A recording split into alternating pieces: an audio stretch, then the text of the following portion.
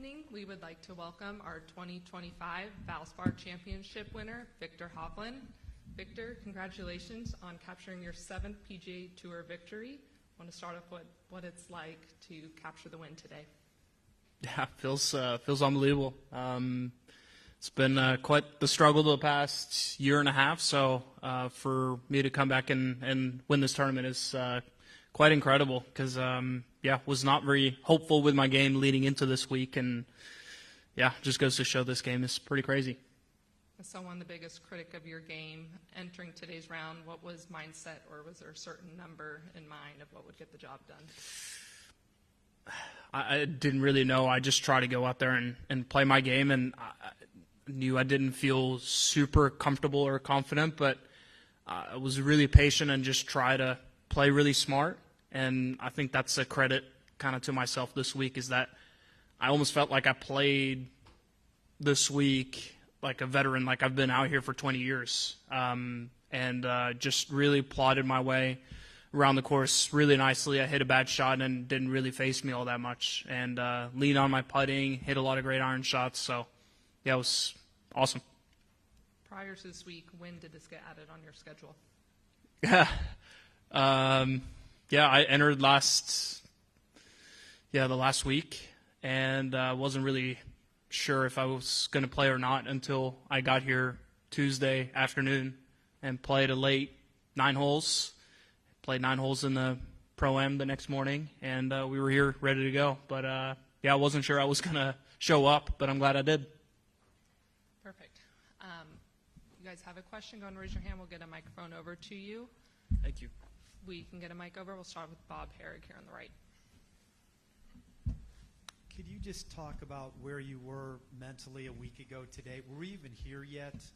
And what was sort of going through your mind? I mean, I'm guessing you're not thinking you're going to be winning a week later, but were you pretty low? Yeah, I mean, shooting 80 is never fun, especially at the Players' Championship.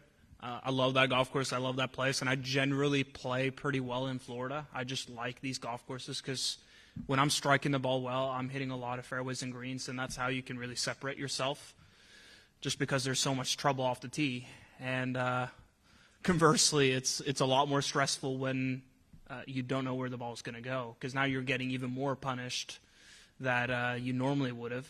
And I was just very, very frustrated. Obviously missing cuts is never fun, but just I've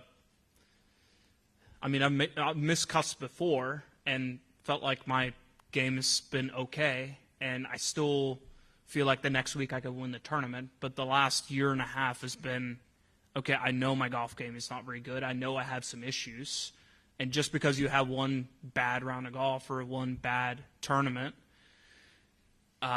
you would like to think that, next week is another week, you'll figure it out. But when the problems remain and linger, it doesn't really give you, you don't become more hopeful. It's like you keep drowning and you're running out of air. It's like, it's tough to get excited to go and play because you just don't feel like you have the confidence to succeed. Was there a moment on Tuesday or Wednesday where something clicked that made you feel a lot better about things?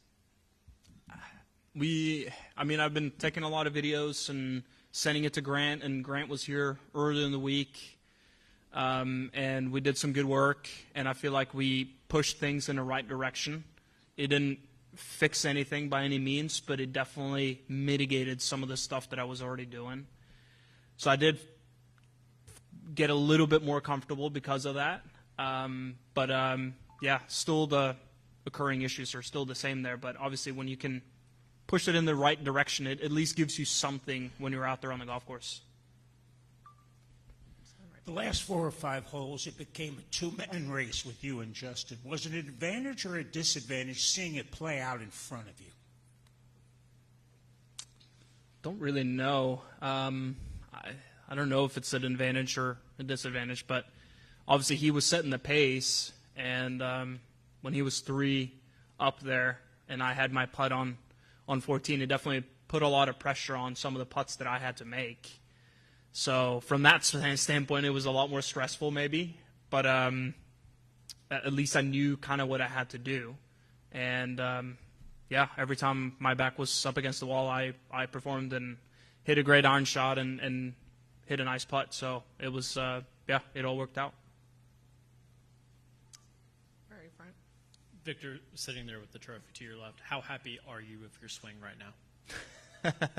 Yeah, it's still not great. You know, I'm still hitting the same shots that I have been the whole year, really. But it's just I was able to time it extremely well this week. And it felt like every single good shot that I hit, I just saved it really well. You know, because the club is just not in a great place for me coming down. It's just not what it used to be. So I can't really rely on my old feels anymore because the club is in a different spot, and I have to change my release pattern to make that work. Now, incredibly, I did make it work and was able to win, and I think that is something that I'm extremely proud of, that I can show up at a PGA Tour event at one of the hardest golf courses we play all year and still win with not my best stuff. So I think that's really cool. That's something that I'm extremely proud of. But at the same time, you know, it makes this game a lot more stressful than I think it should be. Could you take this game and compete at Augusta and accomplish what you want to accomplish there? I mean, if you would have asked me if I was going to win this week with what I had, I probably would have said no. So, but here we are. So it's kind of the same question. I probably shouldn't doubt myself to that extent. I still need to be honest so I can attack the problems that I have and we can improve. But at the same time, I got to give myself some credit, and even no matter how bad it feels or how many poor shots I'm hitting, I'm still capable of shooting good scores with it. So I kind of have to keep that in the back of my head. And Kevin on the left. Victor, your caddy mentioned in the trophy ceremony that you're kind of a perfectionist. Do you feel like you're a perfectionist? I guess you can use that word to describe it. I just view it as if you put your heart and soul into doing something, you might as well do it right. And I've swung the club extremely well, and I think my ball striking has been really, really good over a long period of time. And then when it's not doing that, I'm going to work on that. I'm going to figure it out.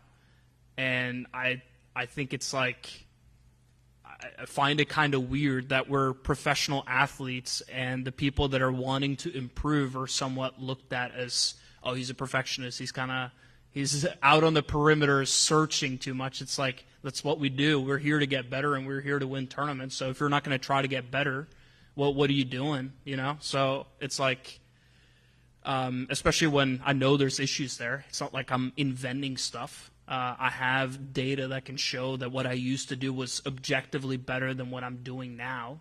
So why shouldn't I try to go back to what I used to do? And is there anything outside of golf that you feel that way about, or is it mostly just golf, would you say?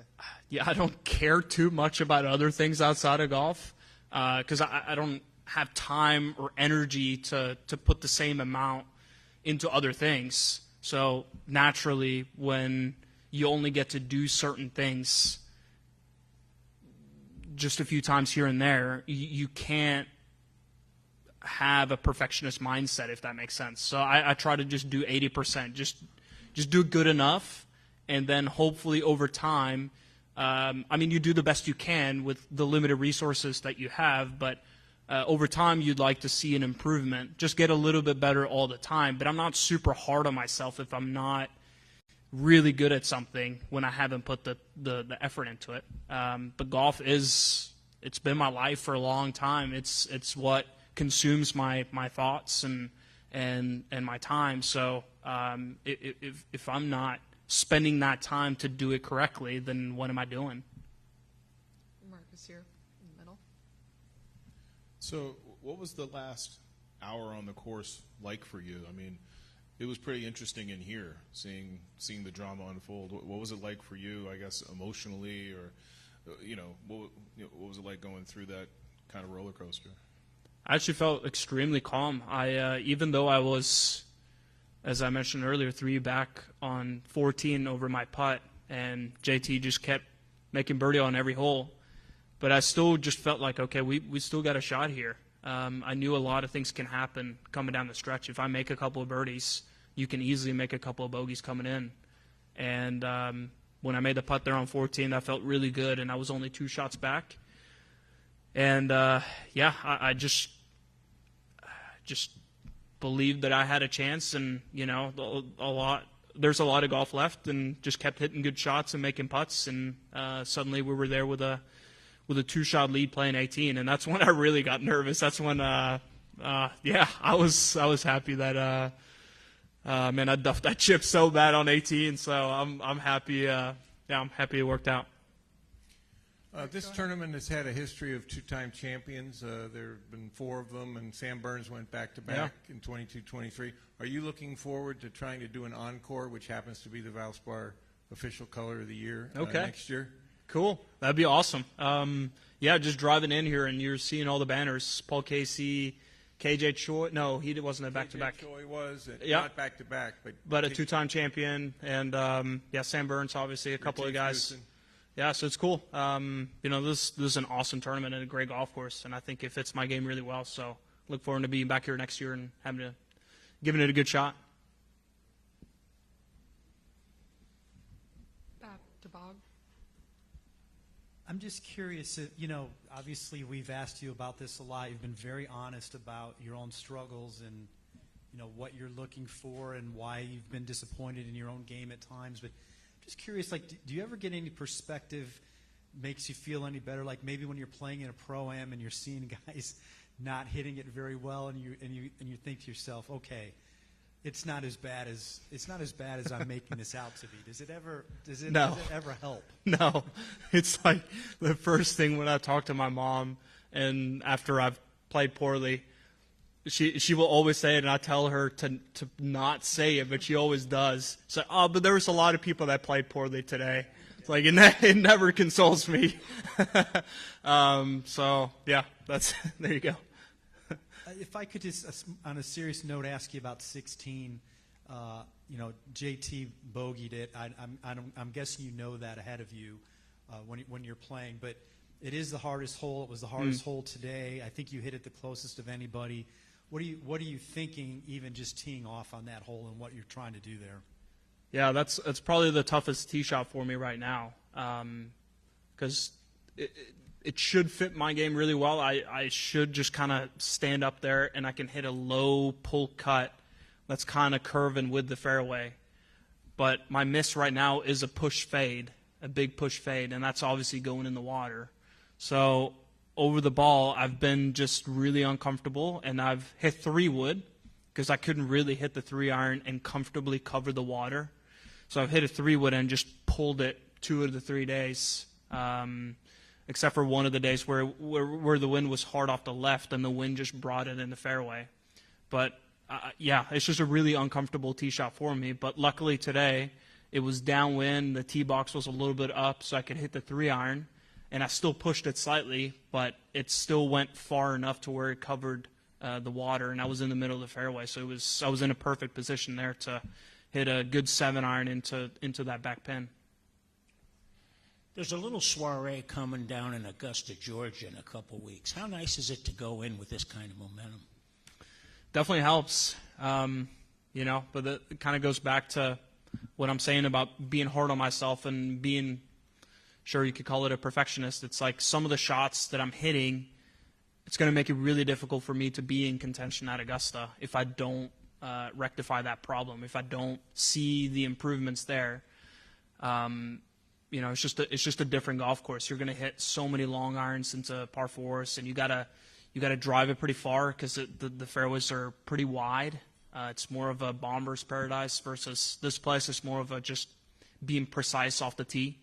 So there's still some things that I need to improve. But luckily we got 2 weeks, and this is certainly nice to kind of have in the back of my mind leading up to Augusta.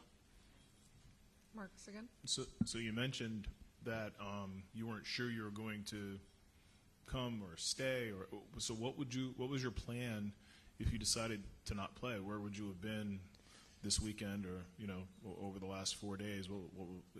What sort of convinced you to give it a shot? Yeah, I would have been in Orlando and working with Grant, and just to kind of continue to push the golf swing in the right direction, so I feel more and more comfortable. We got together before the tournament a couple of days, and I think it was on the Monday. We just found a little bit of a feel that at least I started to hit some better shots, and I just thought, okay, might as well. I'm only 2 hours away from Tampa. I might as well just go over there and play, because I really like the golf course.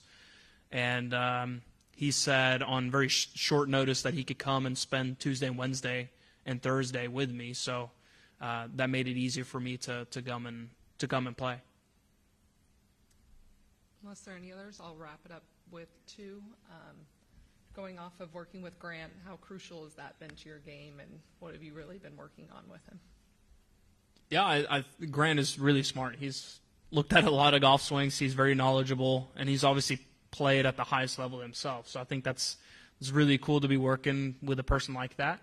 And he works really hard. He's definitely put his heart and soul into looking at all the different golf swings that I've sent him, and it's challenging because I have a very unique pattern, and it's unconventional, and I'd say most coaches probably would like to make my swing more conventional and hopefully try to fix the problem, but that's not really how my golf swing work.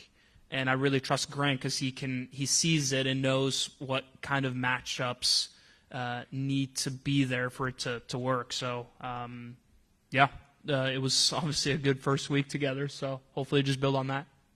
And finally, for the winner, Valspar donates a mural for the winner, choosing of where it would go or what would it be about. Don't have much thought, but off of initial thoughts, what would a mural for Viktor Hovland be like, or where would you want a mural to be? What does that mean? I haven't heard that. Painting. They do a painting. like a painting of. Wow. Okay. I'll I don't know. I'll donate to the golf club, and they can put it whatever they want. Perfect. That's all the questions we have. Viktor, again, congratulations. Thank you.